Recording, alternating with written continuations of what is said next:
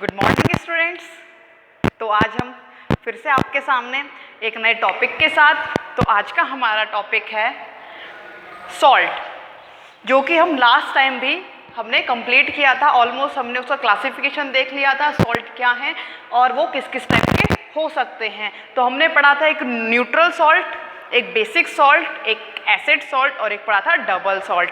तो अभी हमें वही उसी टॉपिक को आगे प्रोसीड करना है। आज जो हम पढ़ने जा रहे हैं वो हम कर क्या रहे हैं, एक्चुअली सॉल्ट को हम पीएच से रिलेट करने जा रहे हैं। तो पीएच से रिलेट कैसे, लास्ट टाइम हमने देखा था, जब हमने एसिड को पढ़ा था हमने देखा था जब हम एसिड की बात करते हैं पीएच के रिलेशन में, तो हम कहते हैं कि अगर पीएच लेस देन 7 होगा तो वो एसिडिक होगा नेचर में, और अगर लेस देन मोर ग्रेटर देन 7 होगा तो वो बेसिक होगा। इसी तरीके से आज हम सॉल्ट को पीएच से रिलेट करने जा रहे हैं। तो यहाँ आपको दिख ही रहा होगा क्लासिफिकेशन बेस्ड ऑन पीएच। तो यही जो हम बात करें, किसके क्लासिफिकेशन की बात करें, हम बात करें सॉल्ट के क्लासिफिकेशन की। तो वो कर रहे हैं किसके रेस्पेक्ट में, पीएच के रेस्पेक्ट में। सबसे फर्स्ट लास्ट टाइम भी हमने न्यूट्रल पढ़ा था। न्यूट्रल सॉल्ट आखिर होते क्या थे, जो हमारे एसिड और बेस से रिएक्ट करने पर ऐसा सॉल्ट दे ना तो उसमें H पॉजिटिव प्रेजेंट हो ना प्रेजेंट हो उसमें OH negative. And just for example is NaCl। NaCl हमारा क्या है, न्यूट्रल सॉल्ट है। अगर हम NaCl को ही यहाँ लेकर चले न्यूट्रल सॉल्ट के रेस्पेक्ट में, तो उसका जो पीएच होगा वो कितना होगा, 7 होगा। ठीक है, तो अगर पीएच 7 है तो ये क्या रिप्रेजेंट कर रहा है कि जो कंपाउंड या जो सॉल्यूशन हम ले रहे हैं वो कैसा है, न्यूट्रल है। लेकिन यहाँ हम बात कर रहे हैं सॉल्ट की, तो हम क्या कहेंगे, जो भी सॉल्ट हमारे पास है वो कैसा सॉल्ट है, वो एक न्यूट्रल सॉल्ट है। Second one is basic salt. Base के लिए हमारा क्या होना चाहिए, हमने लास्ट टाइम भी पढ़ा था, जो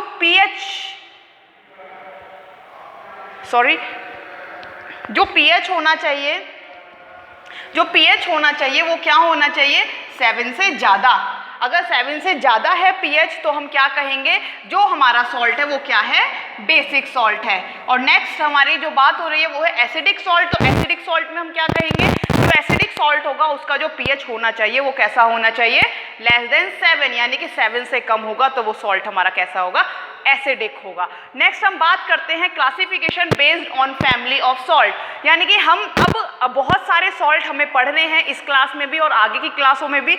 लेकिन हम यहाँ बात करें उन सॉल्ट को हम एक फैमिली के उस रूप में देख सकते हैं, या फिर उसको हम एक फैमिली मेंबर का नाम लेने पर हमें पता लग जाएगा कि हमें कितने सॉल्ट या फिर किस फैमिली का सॉल्ट हमें रीड करना है। उसी तरीके से आप देख सकते हैं यहाँ हमने कुछ 3 एग्जाम्पल लिखे हैं, उसी से ही आपको शायद समझ जाएगा। जैसे NaCl है, NaNO3 है और Na2SO4 है। ये सभी क्या है, हमारे सॉल्ट हैं, ये सॉल्ट की कैटेगरी में आते हैं। और आप यहाँ पर देख रहे हो all belongs to sodium family and also called sodium salt. क्यों यहाँ पर सोडियम फैमिली, क्यों, क्योंकि आप यहाँ पर देख रहे हो जब ये सॉल्ट सारे के सारे डिसोसिएट होंगे तो ये भी Na पॉजिटिव देगा। इसी तरीके से अगर NaNO3 को जब हम डिसोसिएट कराएंगे तो ये भी Na पॉजिटिव देगा। और इसी तरीके से जब Na2SO4 सोडियम सल्फेट को अगर हम डिसोसिएट कराएंगे तो ये भी क्या देगा, Na पॉजिटिव देगा। तो इन तीनों से हमें क्या मिल रहा है, एक कॉमन आयन मिल रहा है जो कि है सोडियम आयन। इसीलिए ही cause of this we called all this is sodium family या फिर ऑल्सो कॉल्ड सोडियम सॉल्ट, जो कि हमें इस चैप्टर में आगे पढ़ने भी हैं सोडियम सॉल्ट। तो सोडियम सॉल्ट से पता चलेगा कि जितने भी सॉल्ट हमारे हैं वो सारे, उनमें एक कॉमन आयन होगा, वो क्या होगा, वो होगा सोडियम। ठीक है, अगर यही हम बात कर लेते और किसी सॉल्ट की, जस्ट लाइक अगर एग्जाम्पल यहाँ पर बात करें जैसे KCl, MgCl2, और अगर यहाँ कंसीडर करें NH4Cl अमोनियम क्लोराइड, तो यहाँ इन सारे सॉल्ट को हम क्या कहेंगे, ये सारे सॉल्ट कौन सी फैमिली से बिलोंग कर रहे हैं, क्लोरीन फैमिली से बिलोंग कर रहे हैं, या फिर क्या कहेंगे, ये क्या है, सारे के सारे क्लोरीन सॉल्ट हैं। बात क्लियर है कैसे, जब आप इसे डिसोसिएट करोगे तो ये भी Cl नेगेटिव आयन देगा, जब इसको डिसोसिएट करोगे तो ये भी Cl नेगेटिव आयन देगा, और इसको डिसोसिएट करोगे तो ये भी Cl नेगेटिव आयन देगा। तो आपको दिख रहा है जब हम इन तीनों को डिसोसिएट कराते हैं तो एक कॉमन आयन हमें मिलता है, दैट इज क्लोराइड। तो इसीलिए ये कौन सी फैमिली से बिलोंग कर रहे हैं, सारे के सारे क्लोराइड फैमिली से बिलोंग कर रहे हैं। या फिर हम ये क्या कह सकते हैं, ये सारे के सारे क्या हैं, एक क्लोराइड सॉल्ट हैं। बात क्लियर है? जब हमारा Cl पर नेगेटिव आ जाता है तो ये कहलाता है क्लोराइड। तो यही है हमारी क्या, क्लोराइड फैमिली या क्लोराइड सॉल्ट। क्यों? क्योंकि इन सभी में क्या कॉमन है, Cl नेगेटिव, तो इसीलिए ये क्या हो जाएगा हमारा क्लोराइड सॉल्ट। अब नेक्स्ट हमें पढ़ना है प्रिपरेशन ऑफ सॉल्ट, यानी कि हम सॉल्ट को कैसे प्रिपेयर करेंगे। तो जो भी रिएक्शन हमारी सॉल्ट देती हैं, यानी कि कोई भी रिएक्शन हमें कराने पर कोई सॉल्ट मिलता है तो वो रिएक्शन हमारी कहलाती है न्यूट्रलाइजेशन रिएक्शन। ठीक है, तो अब हम वही पढ़ने वाले हैं कि हमें किस किस रिएक्शन से या फिर ऐसे कौन से हमें कंपाउंड को रिएक्ट कराना होगा जिससे हमें क्या मिले, सॉल्ट मिले, यानी कि न्यूट्रलाइजेशन रिएक्शन। तो यहाँ पर मेन टॉपिक होगा preparation of salt.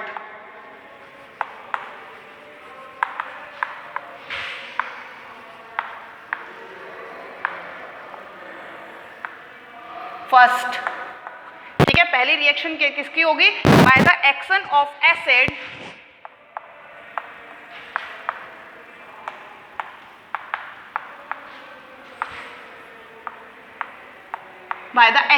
Acid with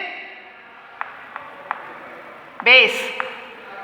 यानी कि सिंपल ये रिएक्शन क्या कह रही है, जब हम किसी भी बेस की रिएक्शन एसिड के साथ कराएंगे, या फिर ये कह लो जब हम किसी एसिड की रिएक्शन बेस के साथ करेंगे तो हमें क्या मिलता है, सॉल्ट मिलते हैं। और यही जो रिएक्शन होती है हम इन्हें कहते हैं न्यूट्रलाइजेशन रिएक्शन। तो यहाँ हम बात कर लेते हैं example, HCl plus NaOH gives out, यहाँ क्या आपको मिलेगा, एक मिलेगा NaCl प्लस H2O। बात ठीक है, यहाँ आपके सामने एक रिएक्शन है HCl plus NaOH and HCl denote, HCl chemical name is hydrogen chloride plus sodium hydroxide gives out sodium chloride plus water.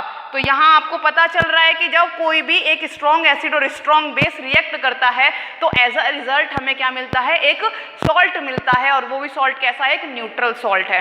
बात क्लियर है? फिर से एक एग्जांपल देख लेते हैं,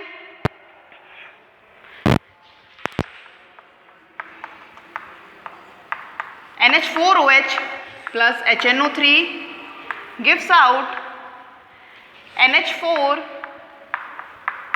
NO3 plus H2O। ठीक है, तो यहाँ पर भी आपको दिख रहा होगा हमने फिर से एक क्या लिया है, एक बेस लिया है और एक लिया है एसिड। तो अब हमें यहाँ क्या मिल रहा है, हमें यहाँ मिल रहा है एक सॉल्ट। तो यहाँ इस तरीके से हम सॉल्ट जनरेट कर सकते हैं by the simple reaction of acid and base. Second है by the action of acid, second one is by the action of acid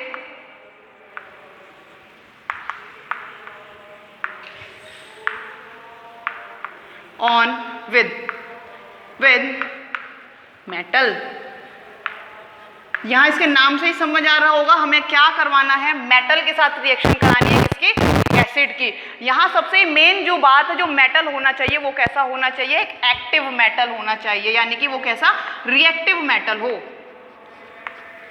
ठीक है, बात करते हैं जैसे जिंक Zn। ठीक है, Zn की अगर हम बात करें और इसकी रिएक्शन हमें करानी किसके साथ है, एसिड के साथ, तो सिंपल है HCl ले लेते हैं, H2SO4 साथ करा लेते हैं, H2SO4 HCl के साथ तो हमने बहुत बार करा लिया, ऊपर भी HCl के साथ रिएक्शन देखी है। तो हम बात करते हैं एक थर्ड एसिड है जो कि स्ट्रॉन्ग एसिड है, हमने बहुत बार एग्जांपल्स में भी पढ़ा है, and it's name is sulphuric acid. Zn की रिएक्शन अगर हम कराते हैं किसके साथ, सल्फ्यूरिक एसिड के साथ, H2SO4 के साथ, तो हमें क्या मिलेगा, zinc sulphate, that is ZnSO4 plus H2। तो यहाँ पर ये ZnSO4 है, ये क्या है, एक सॉल्ट है। एक फिर से एक रिएक्शन देख लेते हैं, फिर से हम एक मेटल कंसीडर करेंगे, तो हम बात करते हैं आयरन की Fe plus HCl gives out, ये हमें क्या देगा यहाँ पर, FeCl2 प्लस H2। ठीक है, बैलेंस कर लेते हैं, यहाँ 2 आ जाएगा। ओके, तो ये इक्वेशन बैलेंस्ड है। तो यहाँ हमने देखा जब हम मेटल की साथ कराते हैं तो भी हमें क्या मिलता है, सॉल्ट मिलता है। Third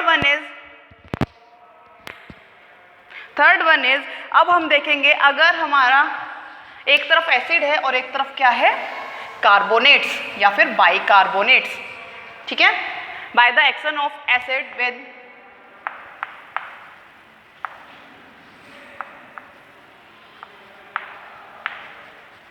carbonates and bicarbonates.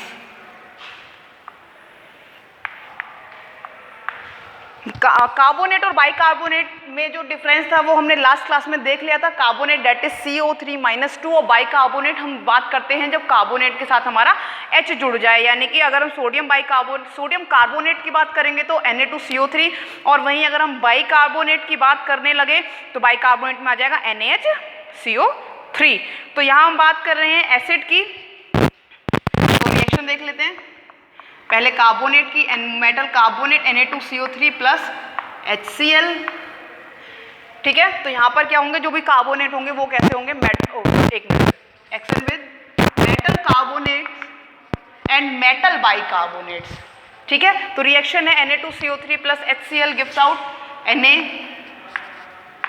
NaCl plus CO2 और प्लस H2O, ठीक है। और ये जो रिएक्शंस हैं हम लोग, जब हमने एसिड की प्रॉपर्टीज देखी थी तब भी हमने कॉमन रिएक्शन पढ़ ली थी कि ये हमने आइडियल रिएक्शंस भी पढ़ी थी, उसी के ही आइडियल रिएक्शन को फॉलो करते हुए हम यहाँ पर रिएक्शन जनरेट कर रहे हैं। Na2CO3 और HCl यानी कि रिएक्शन हम लिख रहे हैं। NaCl है, CO2 और H2। अगर बाइकार्बोनेट की बात करें तो यहाँ क्या हो जाएगा, NaHCO3, ये है बाइकार्बोनेट का फॉर्मूला, प्लस फिर से अब हम HCl की जगह दूसरा एसिड ले लेते हैं जस्ट लाइक H2SO4। तो यहाँ क्या होगा, ये वही फॉलो करेगा, यहाँ सॉल्ट बनेगा, लेकिन अब यहाँ Cl था तो NaCl बना, लेकिन यहाँ SO4 है तो यहाँ पर सल्फेट का सॉल्ट बनेगा, तो बनेगा Na2SO4 plus CO2, carbon dioxide बाहर निकलेगी, और प्लस H2O। तो यहाँ ये जो रिएक्शन है ये हमें एक क्या देती है, एक सॉल्ट देती है। बात क्लियर है। अब हम नेक्स्ट करेंगे, bye the action of metal oxide and non metals, bye the action of metal oxide and non metals.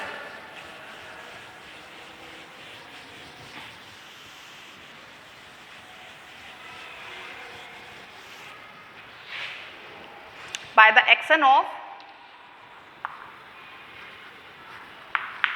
metal oxides and non-metal।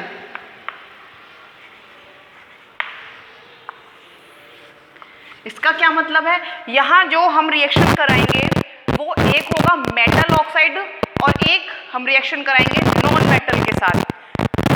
Non metal, यहाँ पर भी नॉन मेटल ऑक्साइड ही होगा, यानी कि दोनों ऑक्साइड की हम रिएक्शन कराने जा रहे हैं। मेटल ऑक्साइड हमने अभी देखा जो भी हमारे जैसे मैग्नीशियम है, कैल्शियम है, सोडियम, ये सारे मेटल हैं, तो हम एक ऑक्साइड ले लेते हैं जैसे Na2O, ये हो गया metal oxide plus non metal oxide, यहाँ पर ऑक्साइड और लगा लेंगे नॉन मेटल ऑक्साइड।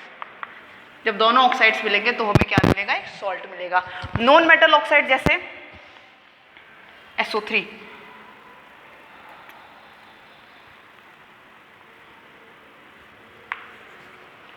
ठीक है। और अगर हम यहाँ पर दूसरी बात करें तो यहाँ ये दोनों कंबाइन करके क्या बनाएंगे, सिंपल रिएक्शन Na2SO4।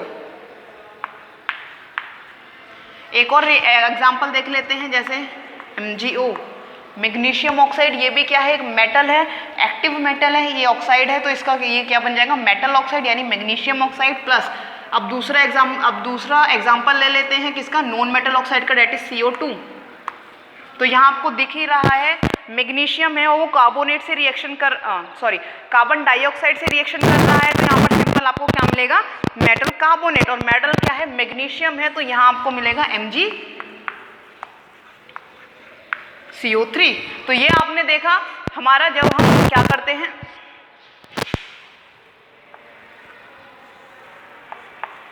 जब हम क्या मेटल ऑक्साइड और नॉन मेटल ऑक्साइड की भी रिएक्शन कराते हैं तो भी हमें क्या मिलता है, सॉल्ट मिलता है। ठीक है, तो यहाँ तक अभी हमने देखा कि किन किन रिएक्शन से हम लोग सॉल्ट बना सकते हैं। तो फर्स्ट हमने देखा जब हम एसिड और बेस की रिएक्शन कराते हैं तब हमारा सॉल्ट बनता है, जो कि क्या होता है, न्यूट्रल सॉल्ट होता है। और सेकेंड हमने देखा जब हम मेटल, एक्टिव मेटल और एसिड की रिएक्शन कराते हैं तब भी हमारा सॉल्ट बनता है। थर्ड हमने देखा जब हम एसिड की मेटल कार्बोनेट या मेटल बाइकार्बोनेट से रिएक्शन कराते हैं हमारा तब भी सॉल्ट बनता है।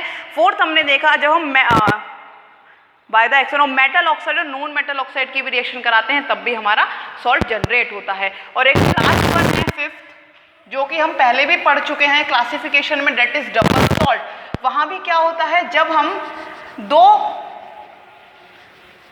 सॉल्ट को इक्विपोलर सिचुएशन में मिक्स करते हैं तो वहां पर हमारा क्या बनता है, एक डबल सॉल्ट बनता है। तो वो भी क्या है, एक मेथड है, यानी कि सॉल्ट को प्रिपेयर करने का वो भी क्या है, एक मेटल है, क्योंकि डबल सॉल्ट भी हमारा क्या है, एक एक सॉल्ट है। ठीक है, तो fifth one is by the mixing, fifth one is by the mixing of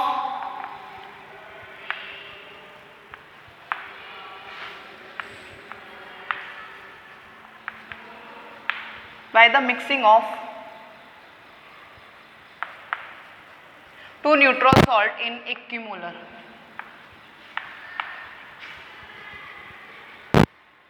ठीक है, इन इक्विमोलर मतलब हम पहले भी देख चुके हैं। इक्विमोलर मतलब दोनों के मोल्स जो हम मिला रहे हैं, जो सॉल्ट हम मिला रहे हैं वो कॉन्सेंट्रेशन में दोनों सेम हो, इन दोनों के मोल्स क्या हो, सेम हो। अगर एक का मोल एक है तो दूसरे का भी मोल एक है। यहाँ मोल्स का मतलब कॉन्सेंट्रेशन से है, पहले की कॉन्सेंट्रेशन जितनी होगी उतनी ही दूसरे की कॉन्सेंट्रेशन होनी चाहिए।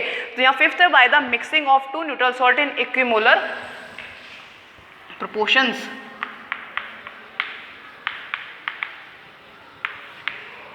ठीक है, तो यहां पर फिर मैं वही एग्जांपल लिख दूंगी, मोहर सॉल्ट। और यहां आप क्या करेंगे, याद करके मोहर सॉल्ट का फॉर्मूला खुद से लिखेंगे। कोई चीटिंग नहीं करेगा लास्ट क्लास से, या फिर आप जो नोट्स प्रिपेयर कर रहे हैं वहां से कोई चीटिंग नहीं करेगा। आप खुद से ही आपको यहां मोहर सॉल्ट का फॉर्मूला लिखना होगा। तो आज की आई होप कि आज की जो क्लास थी वो आपको समझ आई होगी कि आखिर हम सॉल्ट बनाते कैसे हैं। अगर पीएच से रिलेशन दिखाना है तो वो पीएच से हम उसे कैसे रिलेट करेंगे, या फिर वो किस फैमिली से बिलोंग करता है। आई होप कि आपको आज का जो लेक्चर है समझ आया होगा और अच्छा भी लगा होगा। अगर आपकी आज के टॉपिक से रिलेटेड कोई भी क्वेरी है तो आप मुझे कमेंट सेक्शन में बता दीजिए। ठीक है, तो आज का हमारा लेक्चर यहीं ओवर होता है। तो okay, thank you class, good bye.